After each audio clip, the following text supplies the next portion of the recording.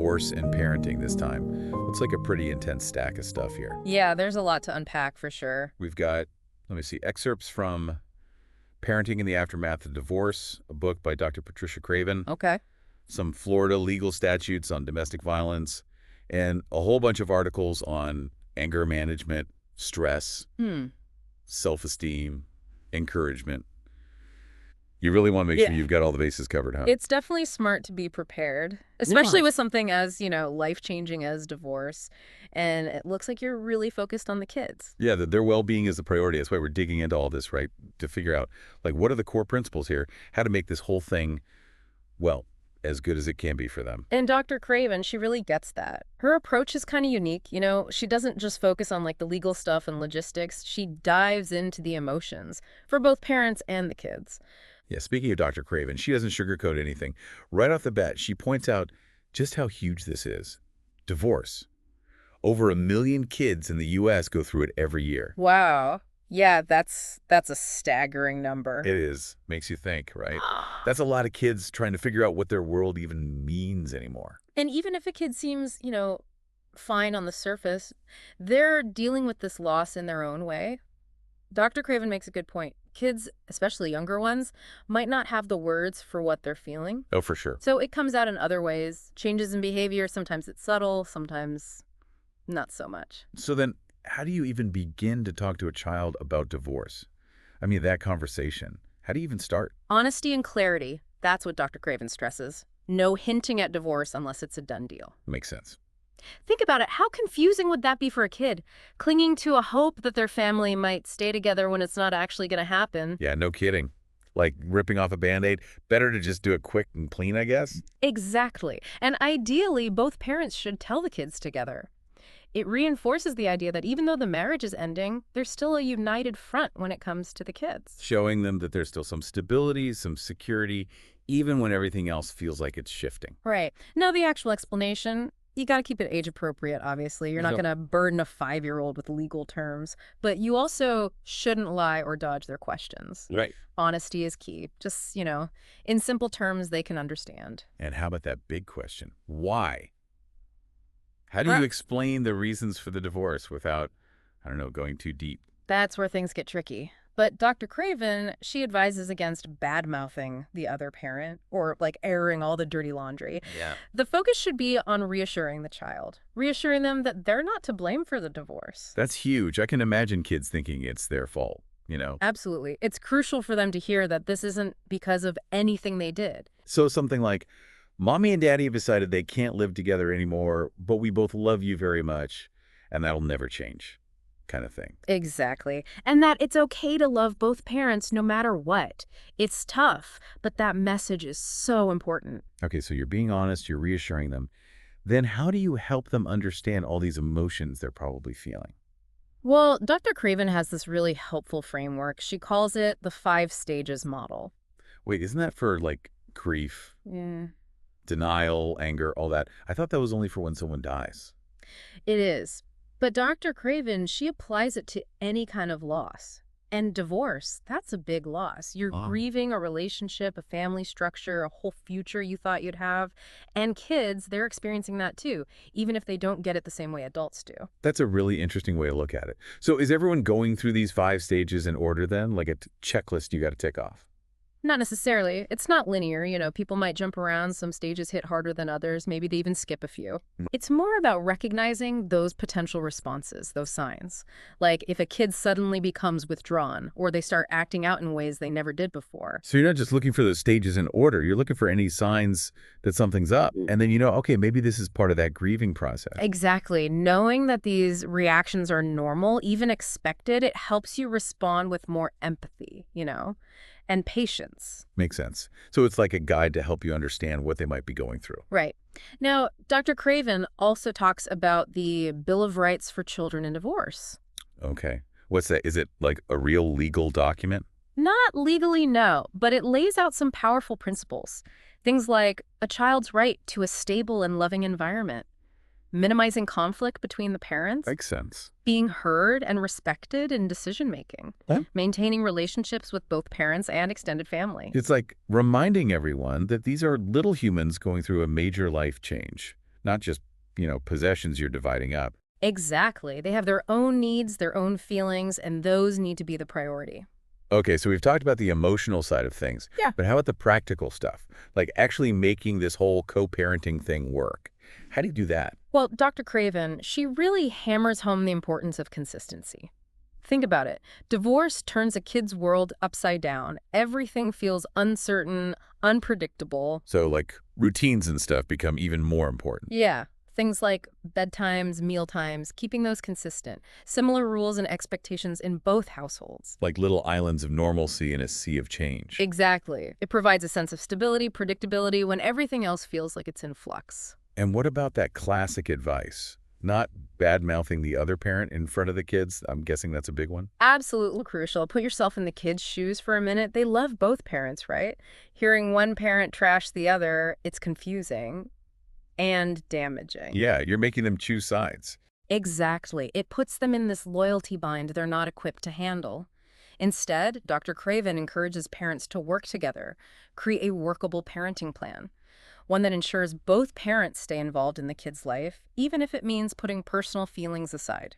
And that's where this parallel parenting thing comes in, right? You mentioned it earlier, but I'm still not totally clear on what it means. Right. Parallel parenting, it's basically a way to co-parent effectively without having to be, like, best friends or even interact a ton directly. Okay. It's about setting clear boundaries, minimizing conflict, but still making sure both parents have a meaningful relationship with their children. So instead of forcing a friendship that might not be there anymore, you're focusing on creating a system that works, that puts the kids first. Exactly. It's not always easy, especially at first. But in the long run, it can be a lot healthier for everyone involved. All right, so we've got consistency, we've got communication, a solid parenting plan. Yeah. What else is like key to navigating this co-parenting thing? One thing that often gets overlooked is stress.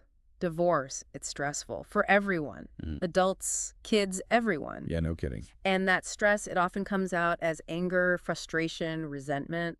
It's not just about managing your own emotions. It's about recognizing how your kid might be expressing their stress, too. Like those behavioral changes we talked about earlier, Yeah. the acting out, the withdrawal. Exactly. Dr. Craven, she points out that unaddressed anger can really mess things up. Your health, your relationships, especially with your kids.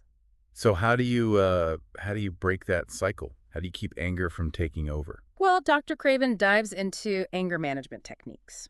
And it starts with understanding the different anger styles. She breaks it down into 4 main ones: passive-aggressive, and assertive. Okay, let's break those down then. Yeah, let's do it. So each one has its own way of, expressing that anger, and recognizing your own tendencies. That's the first step to actually managing it. Okay, so let's, I guess, walk through each one a bit. I feel like we all probably know someone who fits into each of these categories. Oh, for sure. Let's start with passive anger. This is like the stuff it down approach, avoiding conflict at all costs, even if you're like boiling inside. Oh, yeah, the person who never seems to get mad, but Yep. then they give you the silent treatment for a week. Exactly. Then you've got aggressive anger, which is kind of the opposite. It's the explode and blame approach. Expressing anger, but in a way that's often hurtful or destructive. Yelling, name-calling, that kind of thing. Yeah, unfortunately. And then there's passive-aggressive anger. This one's a little trickier. It's the subtle sabotage approach. Ooh, interesting. So things like making snide comments, procrastinating on purpose, or even forgetting things conveniently.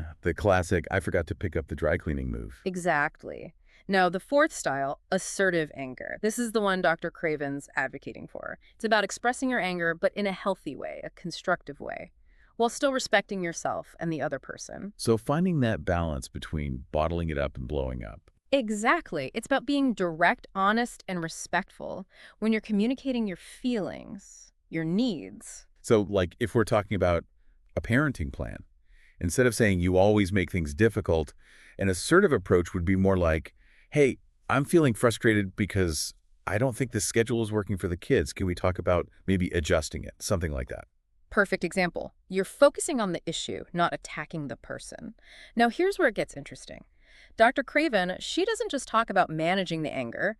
She goes deeper into what actually triggers it in the first place. Okay, yeah, because let's be real. Divorce is a minefield of potential anger triggers. Right, and she challenges this idea that events or people make us angry. Instead, she points to our thoughts, our beliefs, as playing a huge role in shaping how we react emotionally. So it's not the spilled milk that makes you yell. It's what you're thinking about that spilled milk. Exactly. She breaks it down into 4 steps. First, the event happens. Spilled milk, whatever. Right. Second, you have a thought about it, like, oh, this kid is always so careless.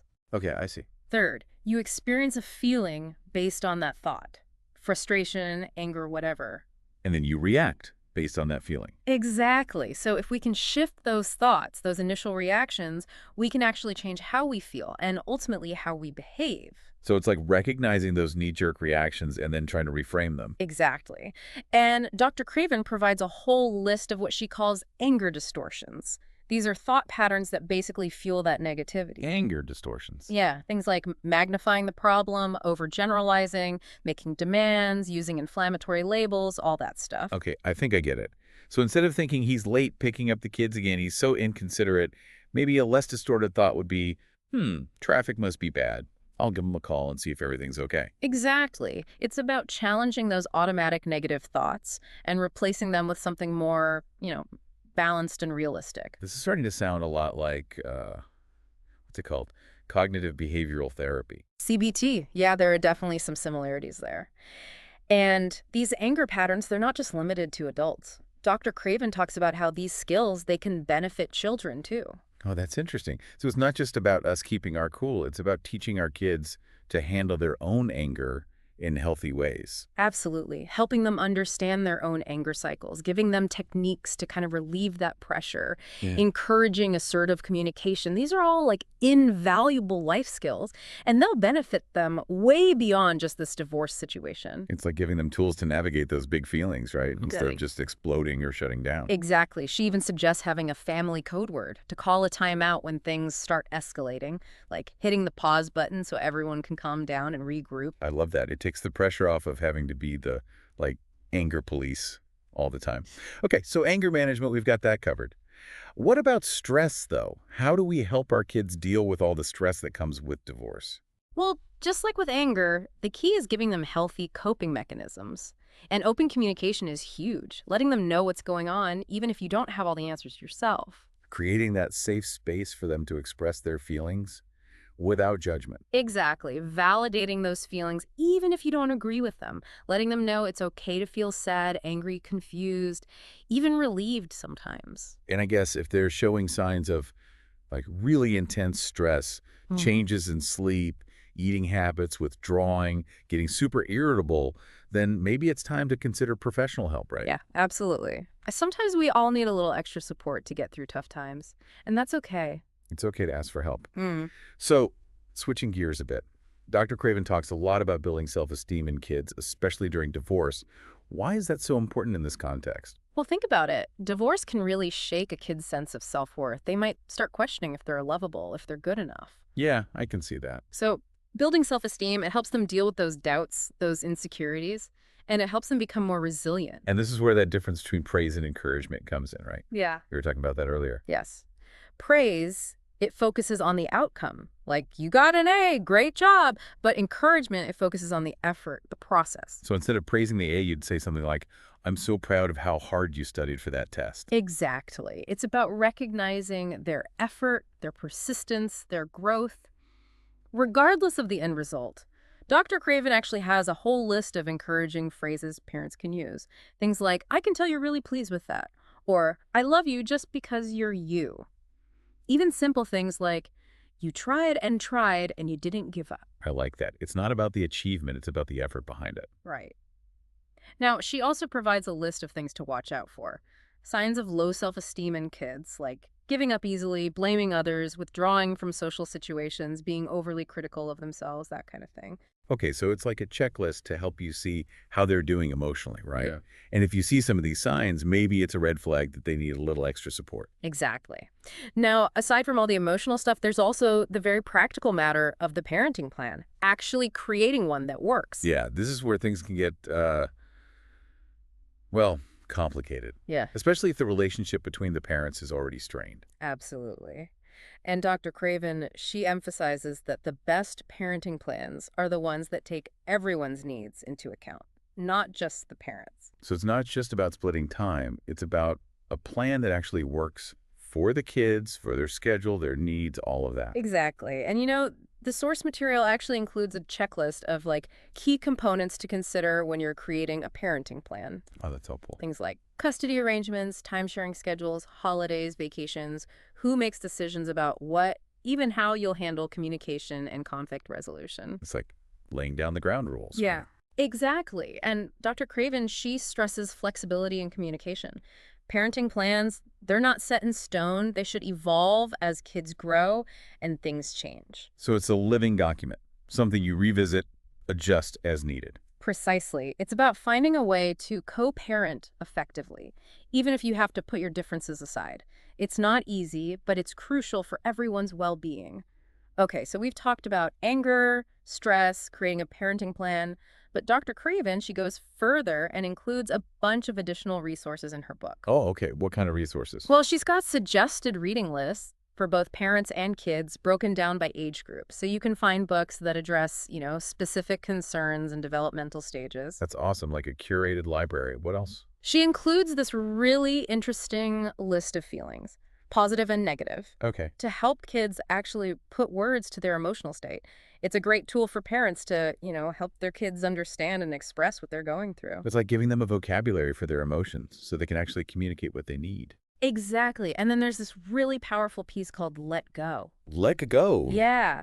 It talks about accepting what we can't control, especially in the context of divorce. Yeah, that sounds pretty relevant. It is.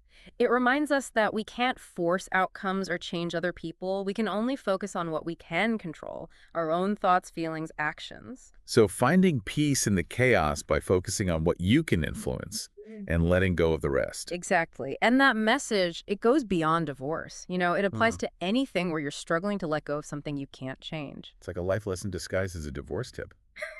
I Right. like it. Okay, what else? Another big part of Dr. Craven's approach is self-care for both parents and kids. Oh, yeah, I can see how that would be easy to forget, You're so caught up in the divorce, in trying to be there for your kids, you forget to take care of yourself. Exactly. So she really stresses making time for things that bring you joy, that nourish you, that help you recharge. Could be exercise, meditation, spending time in nature, reading, connecting with friends, whatever works for you. It's like that saying, you can't pour from an empty cup, right? You have to take care of yourself so you can be there for your kids. Exactly. And that same principle applies to kids too. Encourage them to do things they enjoy, sports, art, music, playing with friends, whatever brings them joy. Giving them those healthy outlets, those moments of happiness amidst all the upheaval. Okay, so we've talked about a lot of the emotional stuff, the practical side of co-parenting, but we can't talk about divorce and parenting without addressing, the really serious issue of domestic violence. Right. And, you provided those Florida legal statutes on domestic violence, and they really highlight how serious this is. It's a reminder that divorce, it's not always just a relationship ending. Sometimes it's about safety, about survival. Dr. Craven doesn't shy away from this topic either. She acknowledges that domestic violence is a real problem, and it can have devastating consequences for everyone involved. And legal statutes, they provide a clear definition of what constitutes domestic violence. Yeah. And information on how to get help, how to get protection. It's important to remember that there are resources out there. Hotlines, shelters, counseling, all dedicated to helping victims of domestic violence escape dangerous situations and rebuild their lives. It's a reminder that you're not alone. There is help, even when things feel hopeless. Absolutely. Wow. Okay, so we've covered a lot in this deep dive. The emotional impact on kids, self-care, even the legal side of things with domestic violence. It's a lot to take in. It is. And what's amazing is how Dr. Craven ties it all together. She gives you a framework for understanding not just the legal stuff, but the emotional and psychological stuff, too, for both parents and kids. It's like she's handing you a toolkit for navigating this whole thing. Exactly. And if I can leave you with one final thought, think about how these principles we've discussed, things like communication, conflict resolution, emotional regulation, think about how those can be applied to any relationship in your life. So it's not just about surviving divorce. It's about using what you've learned to build healthier relationships across the board with your partner, your kids, your friends, even yourself. Exactly. It's about fostering empathy, understanding, compassion in all your relationships. It's like taking something difficult, something painful, and using it as an opportunity to grow, to transform for yourself and your kids. That's beautifully said. It's about taking those broken pieces and creating something new, something stronger. And remembering that you're not alone on this journey. There are resources, people who care, and there's a path forward, even when things feel uncertain. Well said. We've covered a lot in this deep dive, a lot to think about. We hope you found it helpful. Remember, knowledge is power, and you've taken a huge step towards empowering yourself to navigate this whole chapter with grace and resilience. Until next time, keep diving deep, keep learning, and keep believing in the power of human connection. Yeah, it's like taking those lessons, the tough ones, and using them to build something better in all your relationships, whether it's with your partner, kids, friends, coworkers, even yourself. It's about taking those skills, communication, conflict resolution, all that stuff we've been talking about, and applying them to every part of your life, not just the divorce stuff. Exactly. It's about fostering empathy, understanding, compassion in every interaction. Yeah. It's not just surviving divorce. It's about using that experience to grow, to transform yourself, your relationships, even for your kids, to show them how to do that too. That's a really powerful way to put it, taking the broken pieces and making something new, something stronger. And remembering that you're not alone in this. There's help out there, people who care. There's always a way forward, even when it feels like there isn't. Well said. We've covered a lot today, a lot to think about. Hopefully it's given you some tools.